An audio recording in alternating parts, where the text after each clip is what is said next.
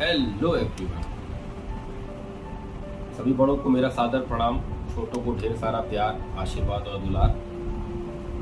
मेरे प्यारे भाइयों बहनों, मैं Prem Pandey future IAS academy से एक बार आपके समक्ष खुद को प्रस्तुत करने का एक प्रयास कर रहा हूँ। मेरे प्यारे भाइयों बहनों, शनिवार और रविवार का अंक आपको प्राप्त नहीं हुआ, इसके लिए मैं क्षमा प्रार्थी हूँ।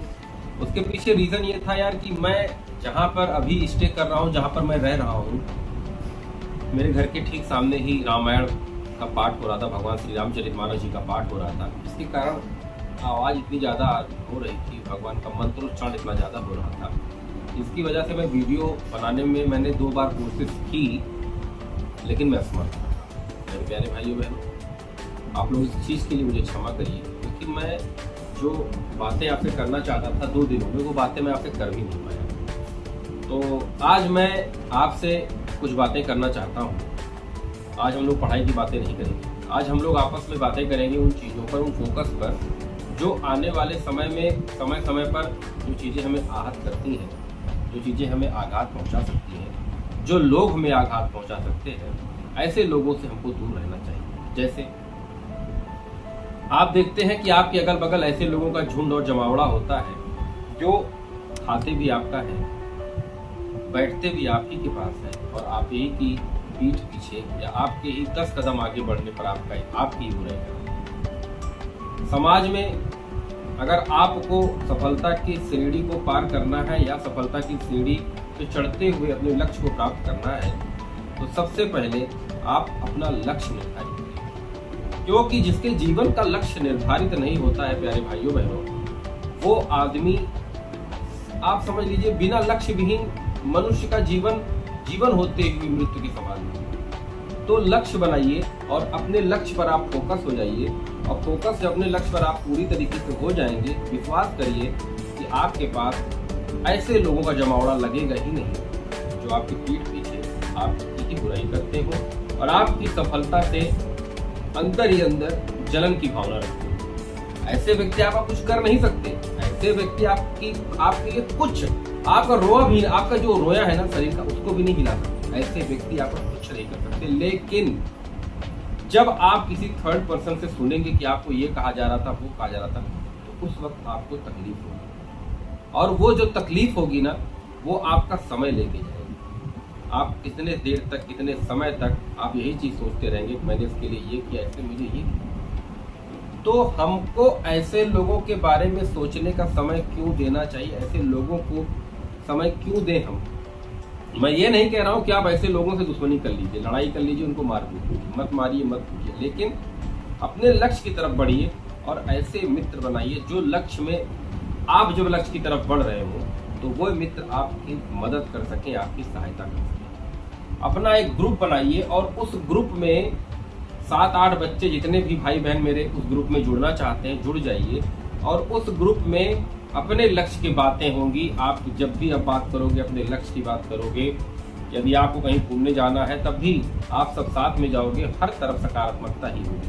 और जब सकारात्मकता चारों तरफ फैल जाएगी तो लक्ष्य भी सकारात्मक रूप से आपको मिल ही जाएगा। दुनिया में मैंने आपको 50 बार बताया था, 1000 बार बोलता भी हूँ कि माता पिता भाई के अलावा इस दुनिया में तीसरा रिश्ता है तो आपकी पत्नी के अलावा, आपके पुत्र हो तो उनके अलावा आपको सफलता की तरफ बढ़ते हुए आज के इस समय में कोई देखना नहीं चाहता। आप खुश हैं, आप एसी में रह रहे हैं, लोग गर्मी में मर रहे हैं। आप एसी कार से चल रहे हैं, लोग बाइक से भी नहीं चल पा रहे।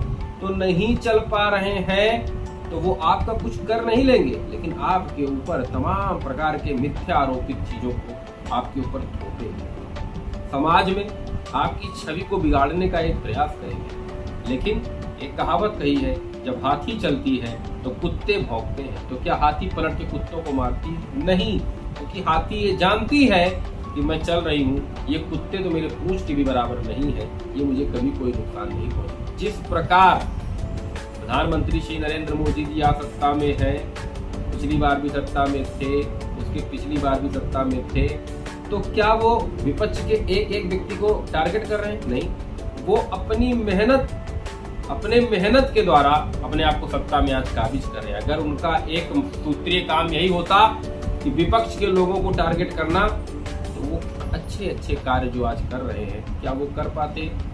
उनका पूरा समय विपक्ष के पीछे ही चला जाता, तो वो राज्यों के लिए, केंद्रों के लिए, लोगों के लिए, हमारे लिए, आपके लिए नई नई योजनाएं कहां से लेके आता? तो आज श्री प्रधानमंत्री नरेंद्र मोदी जी हैं, माननीय मुख्यमंत्री श्री योगी आदित्यनाथ जी हैं, तो ये अपने कार्यों से महान बने हुए हैं। इन्होंने अपने लक्ष्य को, टारगेट को सेट किया और उस टारगेट की तरफ बढ़ते रहे, इसीलिए आज ये जनता में, हमारे बीच में, दिलों में जगह कर रहे हैं। आज आप मोदी जी से सीख लीजिए, योगी जी से सीख लीजिए या किसी और से भी सीख लीजिए, तो आपको सिर्फ एक ही चीज, हर सफल व्यक्ति के पीछे एक ही चीज होगा, उसके बहुत ज्यादा मित्र नहीं होंगे। हर सफल व्यक्ति के पास इतना समय नहीं होगा कि वो नुक्कड़बाजी करे। हर सफल व्यक्ति के पीछे या तो एक सद्गुरु का हाथ होगा, या धार्मिक किसी भगवान का हाथ होगा, या फिर उसकी मेहनत। तीनों चीज जब मिलती है तभी आदमी अपने लक्ष्य की तरफ बढ़ता है। हमारा ईश्वर देख रहा है कि हमारी मेहनत किस स्तर की है। भगवान ने गीता में भी कहा है, कर्मण्येवाधिकारस्ते मा फलेषु कदाचन, कर्म करिए फल की चिंता मत करिए। लेकिन आज भगवान को जब लड्डू चढ़ाने जाते हैं तो कहते हैं, भगवान ये लीजिए 1 किलो लड्डू खा लीजिए, हमको इस एग्जाम में पास करा दीजिए, हम नंगे पैर 2 किलो लड्डू आपको और खिलाएंगे। तो भगवान लड्डू खाने से प्रसन्न नहीं होने वाले। भगवान आपके कर्मों को देखते हुए, आपके कर्मों के आकलन के द्वारा, आपके कर्म के द्वारा बनाया गया लक्ष्य आपको देंगे, इसका वादा करता हूं। लेकिन वो कर्म निरंतर सकारात्मकता से होना चाहिए। मेरे प्यारे भाइयों बहन, आप कहीं बैठे, किसी की बात हो रही है, अरे यार तुमको ये वो कह रहा, तुमको वो कह रहा था। देखो यार, मैं आपको बता दूं, जब आपकी चर्चा बहुत ज्यादा होने लगी, लोगों के बीच में बुराइयां होने लगी, तो आप ये समझ लीजिए कि आप बहुत सफल होने वाले हैं या सफल हो रहे हैं।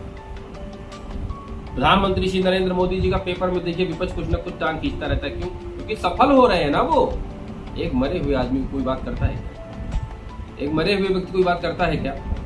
जब आप सफल होंगे, सफलता की तरफ बढ़ रहे होंगे, लोगों को देखा नहीं जाएगा। लोग तरह तरह की आडंबर, तरह तरह की झूठी बातें आप पे आरोपित करेंगे। आपको घबराना नहीं, आपको और खुश मन से कि हाँ, हम तो भी अब हम इस एरिना में जागृत हो गए, लोग हमारी बात कर रहे हैं, लोग हमारे नहीं रहने हमारी चर्चा कर रहे हैं। इसका मतलब हम अच्छा कर रहे हैं और हम और अच्छा करेंगे। इसके बाद हम और अच्छा करेंगे। जिले में नाम हो रहा है, कल को प्रदेश में नाम होगा, और इतना अच्छा काम करेंगे पूरे भारत में नाम, और ये हो भी सकता है। तो बड़ी बात है। आदमी महान अपने कर्मों से होता है। पूजा करना भगवान को प्राप्त करने का माध्यम कभी नहीं हुआ है। पूजा करने से व्यक्ति के मन में संतुष्टि की भावना जरूर जागृत होती है, पर कर्मों से, कर्म ही पूजा है। आपने कोई तो बहुत बार पढ़ा है। तो भगवान को याद करते रहिए, कर्म करते रहिए। आपका यही कर्म आपको एक दिन सफलता की सीढ़ी पर चढ़ाएगा, नहीं दौड़ाएगा, ये मैं कहता हूं। और किसी की भी नकारात्मक बातों को दिल पे लेके अपने लक्ष्य से भटक जाना, क्योंकि ये लोग चाहते हैं कि ये बातें अगर इसके कान तक जाएंगी तो हफ्ते 10 दिन डिस्टर्ब होगा और परेशान होगा। हफ्ते 10 दिन के लिए तो लक्ष्य से भटक जाए, क्या पता इसकी जवान को मानसिक चढ़ जाए, पूर्णतः अपने लक्ष्य से भटक जाए। लेकिन यही चीज को आपको अस्त्र बनाना है, औजार बनाना है, लड़ जाना है, किसी के पीछे नहीं हटना है। एकदम डंके की चोट पर चीजों को और सक्रिय रूप से और स्मार्ट तरीके से आपको अपने लक्ष्य की तरफ बढ़ना है। यार एक बात यूपीएससी क्रैक कर लेंगे, दुनिया गई फाड़ में। ये चीज सोचो, अगर एक बार तुम यूपीएससी क्रैक कर लेंगे, यूपीपीएससी क्रैक कर लेंगे, अरे क्या जलवा होगा यार। उस जलवे में लोग सामने से, फिर वही लोग जो तुम्हें कहते हैं कि ऐसा था, वैसा है, वैसा ऐसा है, वही लोग तुम्हें कहेंगे, अरे यार प्रेम भाई क्या बात कर रहे हो यार, प्रेम भाई जैसा कोई था ही नहीं, प्रेम भाई जैसा कोई लड़का पढ़ ही नहीं सकता, प्रेम भाई जैसा कोई कर ही नहीं। वही लोग आज जो नकारात्मकता फैला रहे, वही लोग सकारात्मकता तुम्हारे लिए हर तरफ फैलाएंगे। तब उनको लगेगा कि हमको इसकी जरूरत है, इसको हमारी जरूरत नहीं है। यार आपको खाने में नून रोटी होता है, नमक रोटी मिल रही है ना, पेट में जा रहा है ना, कम खाओगे बीमार कम होगे, हचक के खाओगे पढ़ नहीं पाओगे। कम खाओ, एक समय तक खाना खाओ, योगा करो, प्रतिदिन व्यायाम करो, मस्तिष्क को कंसंट्रेट करो, खुद को अपना सच्चा मित्र समझो। तुमसे अच्छा तुमको कोई नहीं समझ सकता। जितना तुम अपने आप को समझोगे कि कोई तुमको उतना अच्छे से नहीं समझेगा। तुमने क्या गलती की तुम जानते हो, तुम क्या गलत करने जा रहे हो तुम जानते हो। तुम क्या गलत करोगे ये भी तुम जानते हो, तो अगले से क्यों उम्मीद रखते हो कि वो तुमको बताएगा, वो तुमको सूचित करेगा।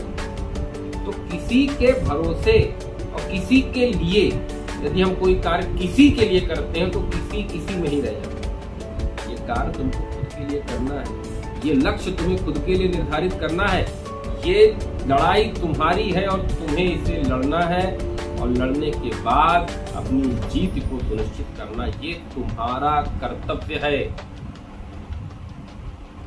जब तक व्यक्ति विशेष का लक्ष्य उसको प्राप्त नहीं होता, वह व्यक्ति समाज में बहुत ज्यादा नाम नहीं कमा सकता। इसलिए कर्मों के माध्यम से समाज में, लोगों में अपना नाम पैदा करें। जब आप उस योग्य हो जाए तो छोटे छोटे लोगों की मदद करें, गरीबों की मदद करें, महिलाओं की मदद करें, अपंगों की मदद करें, छोटे छोटे बच्चों की मदद करें जिनको पढ़ाई के लिए विद्यालय में पैसा नहीं मिल रहा है।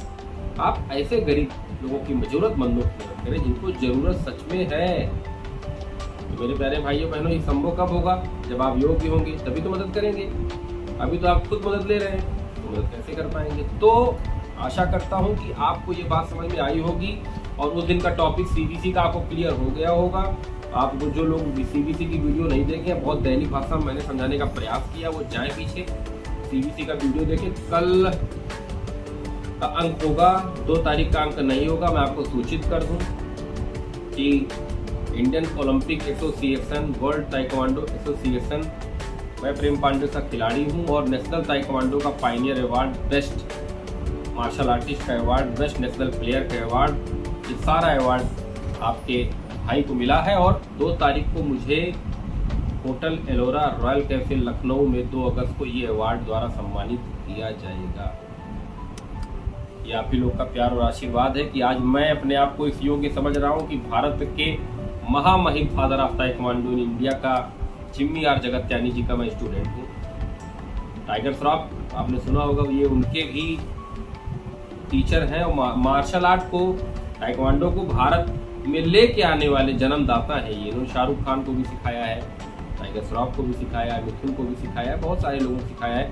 ताइक्वांडो के इतिहास के ग्रैंड मास्टर है और मैं भी इन्हीं का स्टूडेंट हूँ। ये मेरे अपने लिए, मेरे लिए खुद के लिए सम्मान की बात है कि मैं इस योग्य हूँ नहीं, लेकिन मैं इस योग्य नहीं समझता हूँ कि इतने बड़े ग्रैंड मास्टर के हाथों में मार्शल आर्ट सीखा और उनके हाथों ही ये अवार्ड मुझे मिलेगा। हो सकता है कि वहाँ पर मैं वीडियो बनाऊँ और आपको ग्रैंड मास्टर से एक बार मैं सामने आमने बात भी कराऊँ वीडियो। मैं बहुत क्या बोलूँ कि मैं बहुत सरप्राइज हूँ कि मेरा नाम ताइक्वांडो के नेशनल प्लेयर की लिस्ट में पूरे इंडिया से चुना गया है। ये मेरे लिए बहुत सम्मान की बात है। मैं अपने गुरु को भगवान की तरह मानता हूँ और सम्मान करता हूँ। मेरे प्यारे भाइयों बहनों, आज का अंक तो हम लोगों ने बात किया है। कल के अंक में हम लोग थोड़ी बहुत कमेटी डिस्कस करेंगे। परसों के अंक में मुझे अवार्ड मिलेगा hotel Ellora royal cafe, Lalbagh, Lucknow. 2 अगस्त को 3 बजे से प्रोग्राम स्टार्ट होगा।